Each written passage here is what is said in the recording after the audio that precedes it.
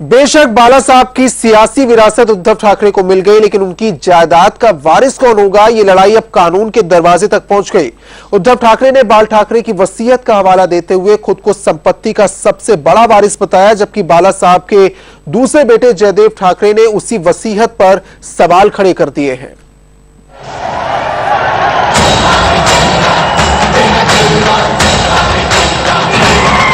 एक दौर वो भी था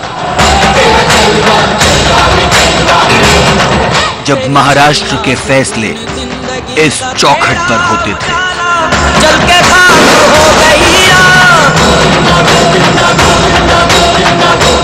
जब हर मुराद का सिर्फ एक दरवाजा था। एक नाम तेरा गूंजती हर दिशा, हर कोई कह रहा।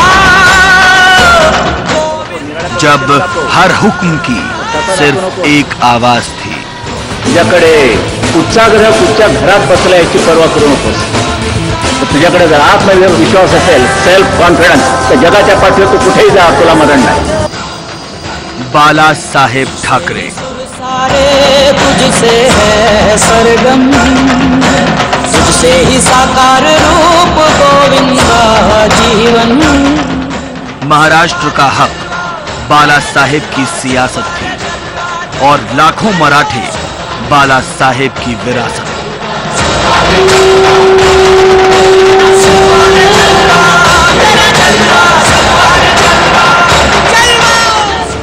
मगर आज वो विरासत कानून के सामने हाथ फैलाए खड़ी है, इस सवाल के साथ कि इस विरासत का वारिस कौन है।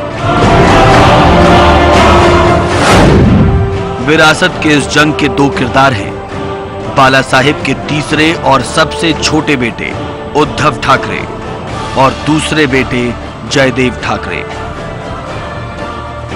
विवाद शुरू हुआ बॉम्बे हाई कोर्ट में उद्धव ठाकरे की प्रोबेट याचिका के बाद, जिसमें उद्धव ठाकरे ने खुद को बाला साहेब की जायदाद का अकेला वारिस करार दिया और हवाला दिया बाला साहेब की वसीयत का।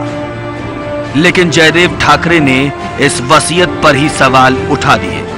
अगर दो भाई है और उसमें से किसी एक को उनके फादर जी ने गुजरते वक्त वसीयत में कुछ नहीं लिखा है, तो द सेकंड ब्रदर को राइट है कि वो उस विल को चैलेंज कर सकता है, बशर्ते ग्राउंड्स फॉर चैलेंज विल के ये हो गए कि मेरे फादर की मेंटल कैपेसिटी सही नहीं थी जिस वक्त उन्होंने विल बनाया, या उनके दस्तखत जाली है विल पर, या उनको फोर्स या कोर्शन में ये विल लिया गया है। उन सारे ग्राउंड्स पे वो चैलेंज कर सकता है।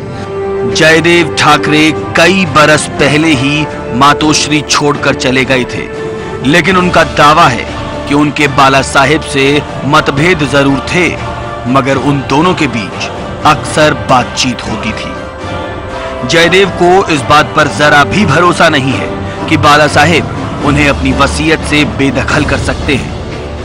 महाराष्ट्र के सबसे बड़े सियासी घराने की ये लड़ाई अब सियासत के गलियारों में भी गूंज रही है। एनसीपी तो इस मामले में जयदेव ठाकरे का साथ देती भी दिख रही है।